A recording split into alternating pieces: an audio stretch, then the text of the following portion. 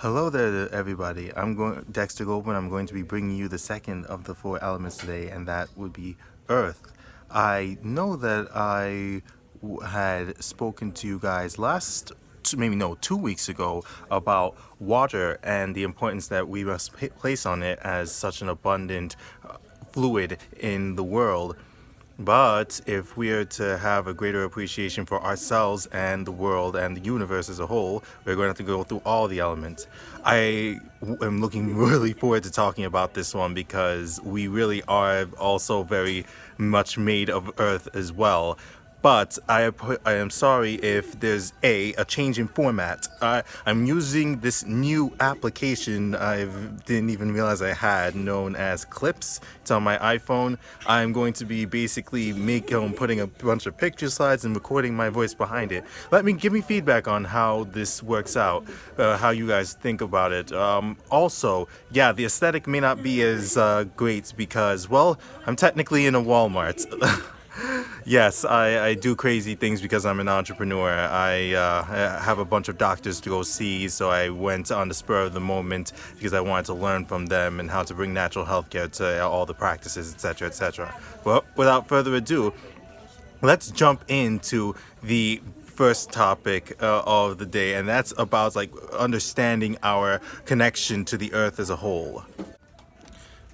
Okay, now this is how I see the earth, as a conscious, energetic sphere of life that brings life to everything on it. In fact, I would look at it as our cosmic mother. This is why I believe it's called Mother Earth. It actually is what supplies all of the life and the energy that we have. It also has a body of consciousness the same way we have chakras running through it, the same way that we have. And as I'm about to show you, it even has a lot of the same chemical compositions as we have. This is kind of like the skin of the earth. It's known as the humus layer, the topsoil. And if we had the utmost amount of respect for the earth, then this is its chemical composition. And you can see that it's comprised not terribly differently from us. It has some 20 to 30% water instead of, say, 70 in us. Again, this is just the top layer. There's air inside of it because, there are spaces within it.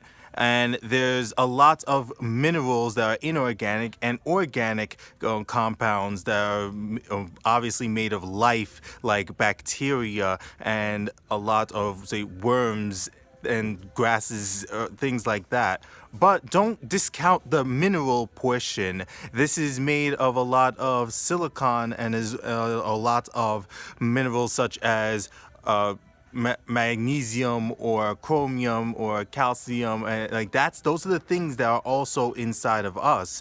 That is the mineral portion of the earth that is analogous to us. So we are much like it in that regard. In fact, I ask that you don't dismiss the importance of these minerals, as they each have very powerful effects on the human body. For example, potassium is known for making sure that you have proper electrolyte balance and nerve conduction, while sodium, as you know, is a salt, and while it can be thought of as a negative thing, it also does have a lot of impact on your ability to transmit electrical signals throughout your heart and your brain. While magnesium, the Mg1 found in dark chocolate, this is actually what I would believe is the most important mineral on this list because so many people are deficient in it. It actually is found in green leafy vegetables in its chlorophyll. It's in the exact same place that it would be if it was like heme, which is what is in our blood, in human blood cells. So yes, this is actually responsible for every bit of relaxation in our body, as well as our ability to create energy. So, but I could go on and on about these. Like selenium, super important for the thyroid and for creating our master antioxidant glutathione. We could talk all about this for ages, and we'll do it in a separate video because it warrants its own separate video. But just know that these minerals are the inorganic part of us, and those also are analogous to the inorganic part of the earth. And for my Steven Universe friends out there, I know that we're all fans. I want you to try to understand that while we are carbon based life forms, silicon is also a form of life. And silicon is the primary element that comprises crystals. And, before I start breaking into song and saying we are the crystal gems, I just want to say that if energy is transferred into crystals, they grow and bloom like flowers. They are life itself. And the earth is 25% crystalline. If you were to take all of the cells of our human body and take all of the carbon that is in our bodies and just replace it with silicon, technically we actually could maintain function. We could be silicon-based beings. We might even evolve into silicon-based beings one day. But currently we are carbon. It makes you want to be a crystal gem, I know. Our connection to the earth is so profound that we can actually heal ourselves simply by being in contact with the earth. I challenge you guys to try what is known as grounding or earthing. Simply removing your shoes and walking barefoot on what you determine is lively soil or live ground. What is happening is that the earth is a big sea of free electrons. These are negatively charged ions, and negative does not mean like in a bad way. It's just the opposite of positive. There's yin and yang in everything. And what this does is that once we step onto the ground, because we, especially with our incredibly toxic lifestyles, create what is known as free radicals. These are compounds in our bodies that have a tendency to snatch away energy from every other compound and create a chain effect of other people snatching away energy from other compounds, kind of like our society at large, if you think about it. But because our body has this, they actually have a positive charge. What is going to happen once you step onto the earth with your bare feet, the electrons, the negative charge from the earth is going to simply flow directly into you and balance you. And this has so many profound effects. I know that I sleep like a baby when I am on the earth, and it feels fantastic. It, of course, has many far-reaching benefits because your free radicals are so pervasive in our body, including reducing inflammation and relieving a lot of headaches and giving you more energy. It is also very good if you are someone who's around a lot of EMFs or electromagnetic frequencies. This is the things that come from the phones you use all the time. And also, if you are traveling long distances, this is a fast way to reorient your circadian rhythms or your biological clock towards the area, the time zone that you are in. It has worked wonders for me. Just go on the beach and lay there for hours if you are traveling from one place to another and see just how fast you are able to recover from jet lag. But now that I've hammered home the importance of our connection to the earth and our acknowledgement of it, the most important element I think of talking about the earth is the fact that it can give life to everything on it and create new life. And we take that life into us and assimilate that life. We call this food, colloquially. So this is really what's going to make up the bulk of this talk today. We just need to actually understand really what is of the earth and what we are putting into us and how it affects us on a basic level, and what is not of the earth, and what is man-made, and what is going to stop life from us. Because we want to just keep in mind, I'm not at all here to be food police at all. That's not my aim of this. But we have to remember that whatever has life will give you life. And if your food is full of life, then you are going to be taking that into yourself. But enough of the vagaries that come with talking about the ethereal, the spiritual. I'm going to actually go into a lot of science on food and how you can make better decisions so that you can live your healthiest lifestyle.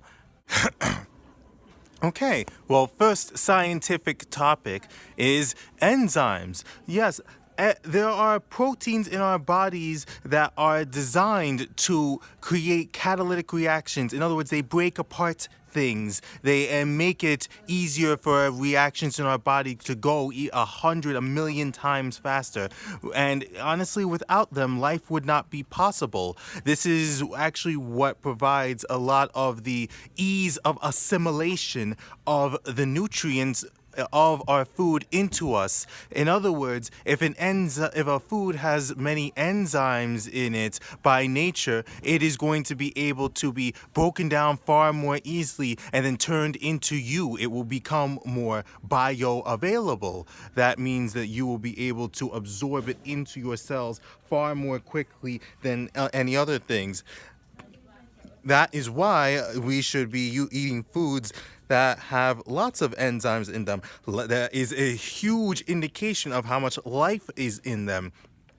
My personal favorite is aloe vera. I know that my business actually, they provide me with what is known as the highest quality, most polysaccharide rich aloe vera, most minimally processed form. It's really powerful, especially for me and my joints, and for making sure that I go and poop on a regular, but I'll spare you the details. The point is, aloe vera has been known all for a long time for having its skin healing benefits as well as its digestive tract healing benefits, and part of that comes from the fact that there are so many living enzymes inside of there, provided that it isn't heat pasteurized as many of the store products that you may find are. But spirulina and avocado, I couldn't talk more about them. I'm going to talk more about them later. But yes, enzyme-rich foods, very important to look into them so that you know that your food is having life in them.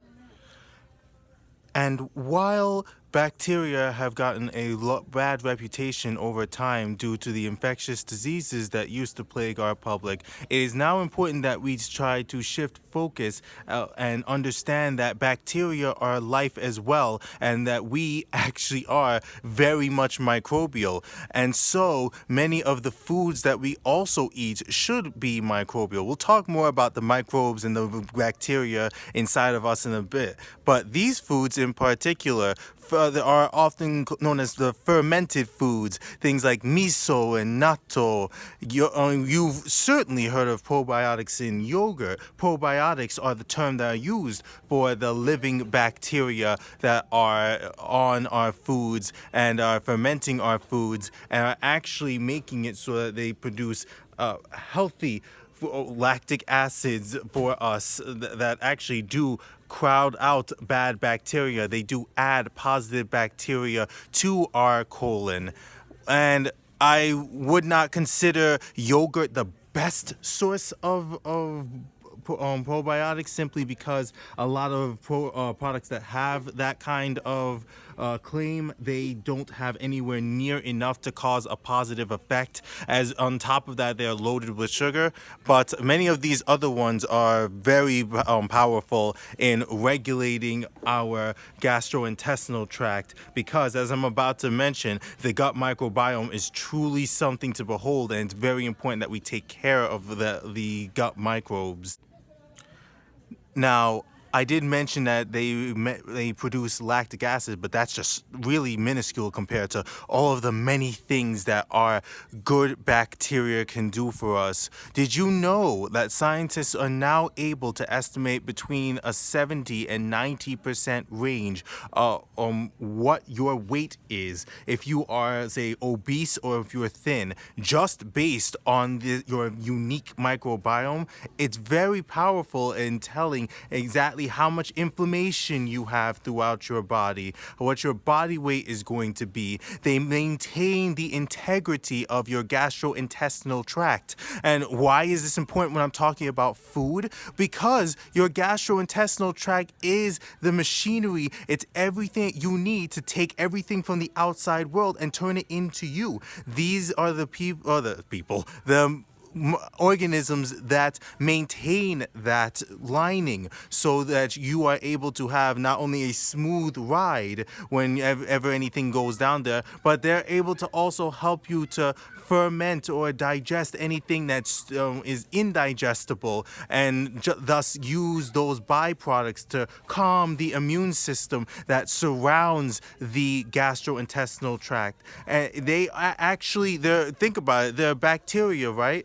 And if they are diverse, they'll have a role in training your immune system, the fighters of your body. If your immune system can see a lot more of these, then it's going to be very beneficial, because it's going to be able to know what is good and what is bad. And as you can see, there is good and there is bad. There are some, like bacteria, and a lot of these actually produce vitamins. I know a lot of them regulate hormones. They also do have a strong role in creating a mood, because these do interact with the brain, mind you. The bacteria in your gut are in constant communication via what is known as the vagus nerve, or the wanderer's nerve, to every other organ of your body. And what they can do is produce a lot of sedative hormones, such as serotonin, that lets you know that you are in a good mood or not. In fact, it is known that 90% of the serotonin that is produced in your... So now that I've talked a little bit to you about all of the aspects of the food that can give life, so you'll have an idea of what life-like food will be, let's actually talk about the food now.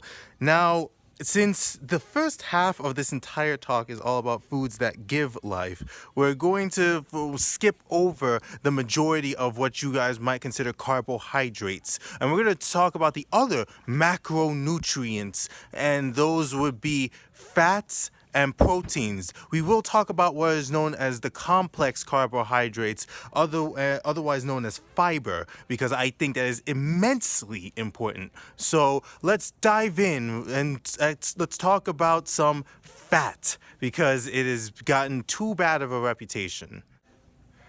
Okay, let's have this conversation about fat, because I imagine that whenever anybody thinks about, oh my gosh, that's high fat, that's going to be terrible for my thighs, it's going to be terrible for my body, whatever.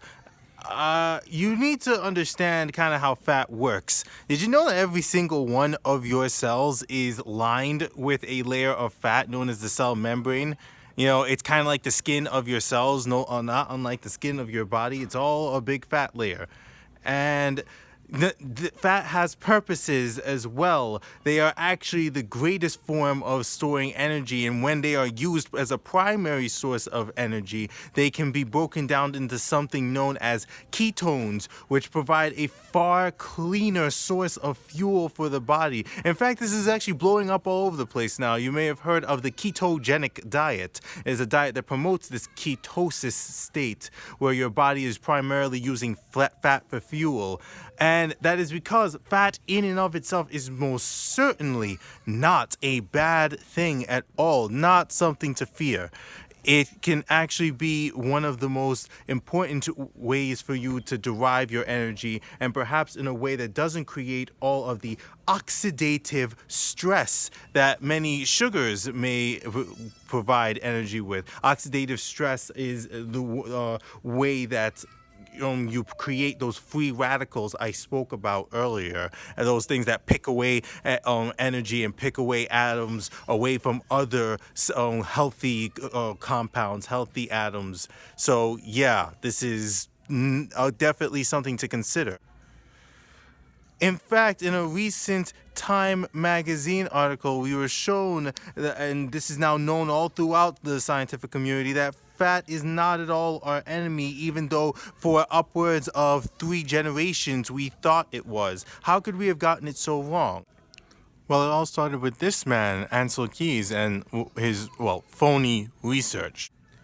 He was working very, very hard to prove that there was a correlation between heart attacks and saturated fat, because heart attacks were so prevalent back in the 1950s. However, when he was doing the research across many countries, he actually left out several countries, like about 2 dozen, in order to prove, or rather appear to prove, that there was some sort of correlation between the two, when there was none.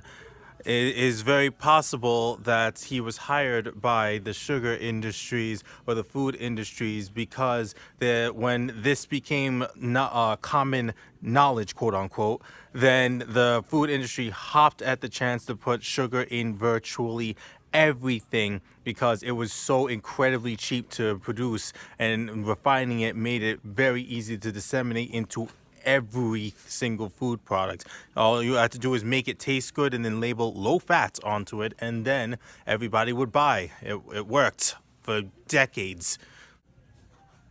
In fact, now that we have come to this day and age where we're using far more like high standard research, randomized control trials of research, we can see now that not only is the saturated fat not even have a lot of correlation with cardiovascular disease at all, but that it could even pose a great deal of positive benefit for you.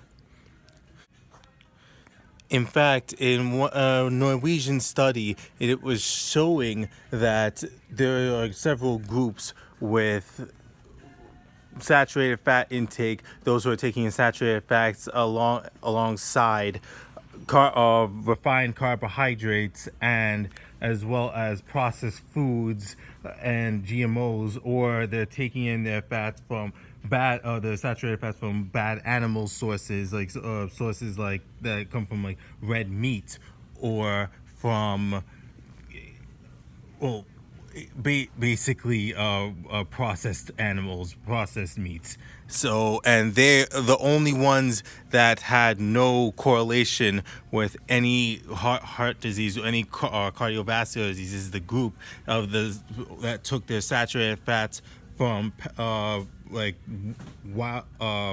wild raised, no, what is it? Grazed.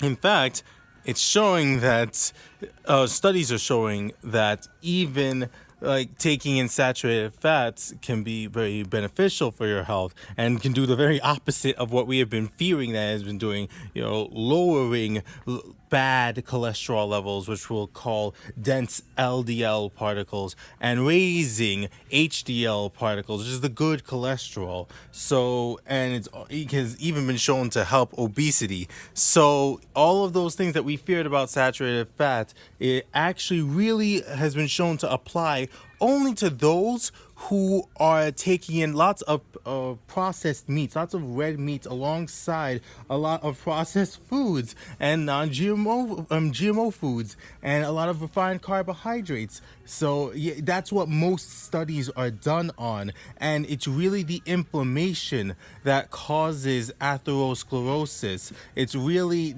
those free radicals that come with the carbohydrates and with all the toxins that we put into processed foods that create the atherosclerotic creating environment, instead of, say, you getting it from farm raised like the animals that have been treated well and not subjected to all the cruelties that the average farm subjects animals to. I want to use my favorite saturated fat as an example. It's something that I eat every day. It's coconut oil. Yes, cold processed virgin coconut oil. As you can see, well, actually, you probably don't understand a lot of this science, but long chain fatty acids, lauric acid, and caprylic acid, as well as capric acid. Yes. those are all what are known as saturated fats. However, though the caprylic acid, the capric acid, and the lauric acid in particular are known as medium chain triglycerides, meaning that they have a smaller fatty acid chain than the average fatty acid. And what this means is that it can actually pass directly past the stomach right into the liver and be metabolized far quicker, and this is going to boost your metabolism and make you burn energy far more quickly, as well as providing a lot of antiseptic and antiviral capabilities that will prevent viruses from hiding in what are known as like little fatty coats that hide them usually when they are transferred from one host to another. So it's coconut oil is a very healthy example of what saturated fats can do for you. But enough about the saturated fats. Let's go on to the unsaturated fats, which are fats that are not completely saturated because like when we talk about saturation, it's with saturation with those hydrogens. What this introduces now are these double bonds that actually have a lot more different effects in the body.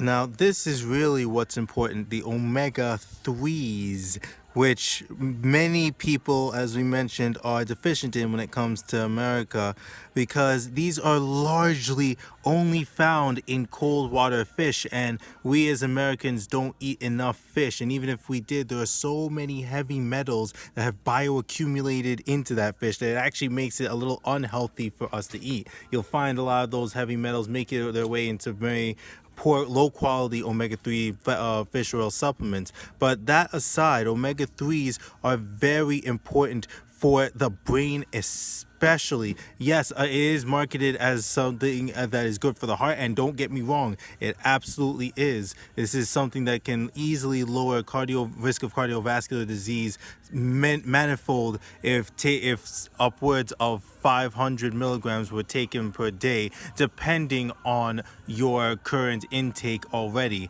But I know that many people don't even take that. So it's very important to make sure that you're at least getting some high quality supplement, honestly, because if you consider the fact that 97% of the brain is made of these omega-3 fatty acids, that they're responsible for your mood all the time, the quickness of your cognitive function, because this is what's wrapping around a lot of the neurons. It makes myelin sheaths. These are what create fast brain cell transmissions.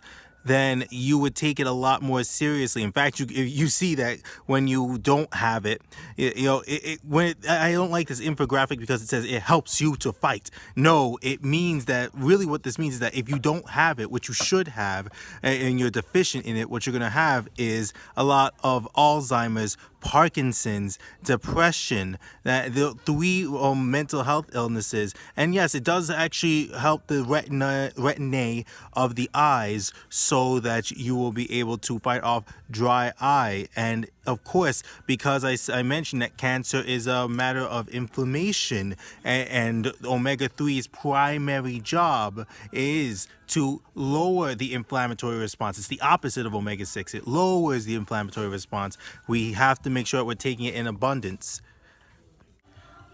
Just so it's perfectly clear, though, you do not have to get your omega-3s from fish. The plants actually use them to convert a lot of their sunlight into food. It's part of the process, so it's in them too. Definitely look into flax seeds and hemp seeds and chia seeds. There's a lot of omega-3s in there, and if you're eating them on a daily, you should be able to meet your daily amounts.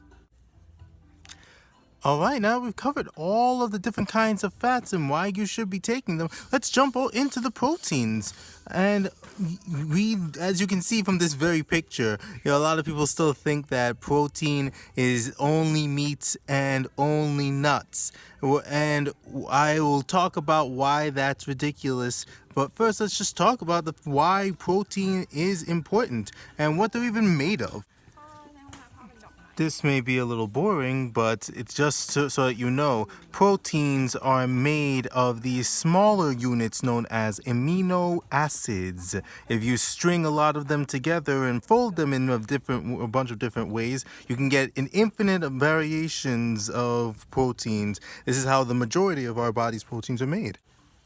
Now, before I continue on about protein, I know that a lot of people just have this impression that, protein is all about what you use to build some muscle, and it most certainly is. You use the proteins, actin and myosin, in order to construct skeletal muscle, or the muscle that you can move. But proteins are literally in every single mechanical part of your body. Anything that moves in your body requires proteins. So this includes enzymes, and this includes the hemoglobin that's in your blood. This includes that peptide hormone, peptide meaning a small protein, insulin. This includes the antibodies. We've been talking about the immune system. This is what those B cells shoot out to go and stick on to their invaders. You can even have something like spider silk, but I mean, we don't have spider silk, honestly. We do have a lot of other fibrous proteins in our body, but I'm just trying to get the point across. It's definitely not all about muscle. Very importantly, to those who may be suffering from any sort of mental conditions or not feeling at their tip-top shape, yes, proteins are also, or rather the amino acids are used to be neurotransmitters. In other words, little communicators between all of the nerve cells, and they can be used to elevate your mood or give you energy. Or remember that serotonin that I told you that your gut bacteria is responsible for creating so much of? Well, that actually is derived from the the amino acid L-tryptophan. So L-tryptophan will turn into serotonin, which can actually turn into melatonin, which promotes a very good night's sleep. And we need a lot of different types of proteins in order for us to have our highest quality brain. But I pray that people are still not making the misconstrual that protein is only derived primarily from meat sources, from animal sources, and that is just not true because, well, again, these plants are life as well, and life needs proteins for any of its mechanical functions as well. In fact, many of these are higher in protein than many meat sources. In fact, I want to point out spirulina, which is 70% protein and actually has all of the essential amino acids, unlike many kinds of other sources. Essential amino acids are amino acids that our body does not make and therefore we must take. And to get a full protein source from a plant like this, where many others do not provide, many meat sources do not provide the essential amino acids, you can see that there are many different types of plant ways to derive your protein. So vegans and vegetarians don't at all worry. I'm sure you know at this point. Now, speaking of plants, I want to use this as a chance to transition over to what I will call our final macronutrient for now, and that is our fiber. And fiber is, in essence, any of the carbohydrates that we cannot digest ourselves as humans. Really, all it does is either A, it's going to be soluble fiber, in which it will create a gel-like substance within our gastrointestinal tract that is going to basically block sugar from being absorbed so super quickly and thus spike up our blood sugar, which is so important when we are considering just how much sugar we eat on a daily. And then there's also the insoluble fiber, and this is the fiber that, well, it doesn't like solubilize in water. So insoluble fiber, it kind of just passes right through you, and the only thing that eats it is those gut microbiomes. In fact, the gut bacteria, they love insoluble fiber. This is how they exert all their anti-inflammatory benefits and their neurostimulating benefits. So this is actually super important. And most fiber, soluble and insoluble, come from plants and nuts. They're usually found together. And unlike in, processed fibers that only provide soluble alone, this kind of fiber, it has both soluble and insoluble, and it's really made from that plant, the plant proteins like cellulose that cannot be digested. And as you can see, it has a plethora of health benefits, and this is extremely important because, I'm going to show you a study. Give me a second. Yes, this is a landmark study by the British Medical Journal, and it was showing that for every bit of fiber that was taken in, cardiovascular disease risk dropped substantially.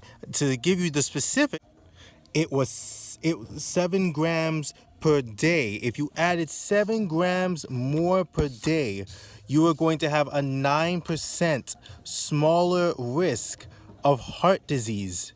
For every 7 grams, if you just took in more fiber in your diet, I'm going to show you the high fiber foods in just a second, but if you just took in a little more fiber in your diet every day, a few more vegetables, your cardiovascular disease risk would go down 9%. I want you to think about this and how it relates to our more primitive ancestors. Our ancestors, way before we had all these processed diets and way before all the fiber was stripped out of our foods, we would have to rely on plant-based foods. We'd go and forage all the time, and so really we would be getting hundreds of grams of fiber, like upwards of 100 really grams per fiber every single day, because that was all we ate.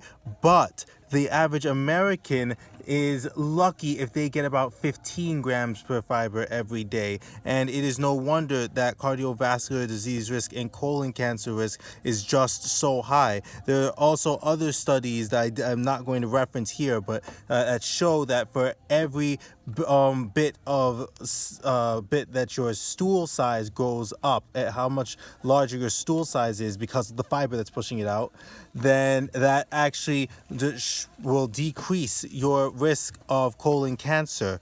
This is huge, guys. We do know this is an easy way to prevent disease, is just to get more fiber in your diet, and not from a processed source, but from plants and from nuts and from seeds. Now, I'm going to just quickly run through what it is that the gut microbiome does with fiber. Those good bacteria, when they are faced with fiber, they use it as food, and they create those short-chain fatty acids that will calm the immune system. And if they don't get it, what's going to happen is that they're going to start seeking other sources of food, like the mucus lining in your gut that allows for food to just slip out really, really easily, for it to go down and not irritate the heck out of your gastrointestinal tract, or that doesn't keep it from being acidified by all of the acidic contents that your stomach dumped into the rest of your gastrointestinal tract. And for you, the guys who don't know, you put things in your mouth, it goes down your esophagus, that's the tube in your throat, and then into your stomach, and it churns it up with a whole bunch of acid, and that acidic content is dropped into your bowels and into your small intestine. If there's no lining there that has this basic the opposite of acidic is basic or alkaline mucus layer, if it's not there, you're in for a lot of problems. And this is actually what causes, in part, GERD and a lot of other inflammatory issues in the gut. So you've got to make sure those little microbes are fed, or you're going to be in a lot of trouble. So enough yelling at you guys about fiber, about why you should take it. Just take a look at what foods are very high in it. You honestly know which ones are high in it. It's the ones that are going to be very green, but there is also some ones that, like oatmeal, that you may not have guessed has a lot of fiber. No, they advertise it, so it has a lot. They say it has a lot of fiber. But chia seeds, quinoa, coconut oil, I didn't even know that it had a lot of fiber in it. So, or at least the coconut shell part of it does. But yeah, take a look and definitely prioritize a lot of these. Now, some of you may have noticed that I didn't include bread in this, and that's because, well, most breads don't really have a lot of fiber in it anymore. A lot of breads are what are known as white breads, but if you are lucky enough to find not 100% whole wheat, because whole wheat bread still has a lot of GMOs and a lot of high fructose corn syrup in them to make you want them. But if you find some whole grain bread, then you're going to be in for a treat. Then you get some fiber. Then you are going to be able to not spike your blood sugar the way that bread does. Because in a lot of the refined grains, the white bread, here's what happens. They actually remove what is known of each and every grain. They remove what is known as the bran and the germ. The germ actually has a lot of the oils, a lot of the saturated fatty acids. Like I said, those aren't bad. They also have a lot of vitamin E in it, which have a lot of protective effects for those fatty acids. Vitamin E is so important to make sure that your brain, which like I said before, is mostly fatty, and all of your other cells, which are wrapped in a layer of fat, don't get oxidized by all the toxins that I talked about. Again, those free radicals I keep mentioning, they're that important. That's why I keep bringing them up. It's an antioxidant. And then there's the germ.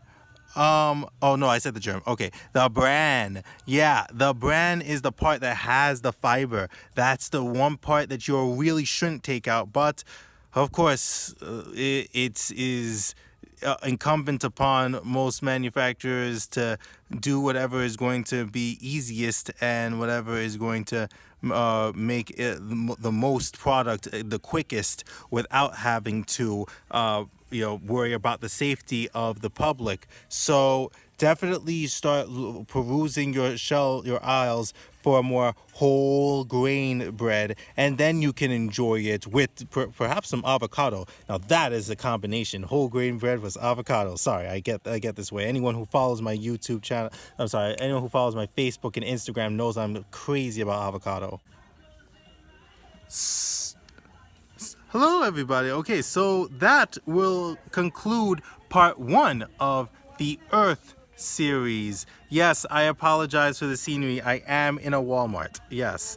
But I hope that this is giving you a bit more perspective on what things do look like the earth, what the earth has provided for us, and how we can become a little more in line with what the earth did intend for us, or what God and universal consciousness intended for us. This will be a lot more pertinent to our dialogue on health when we consider what does not come from the earth, and yet what we eat every single day. I will catch you guys in part 2. Happy health, guys.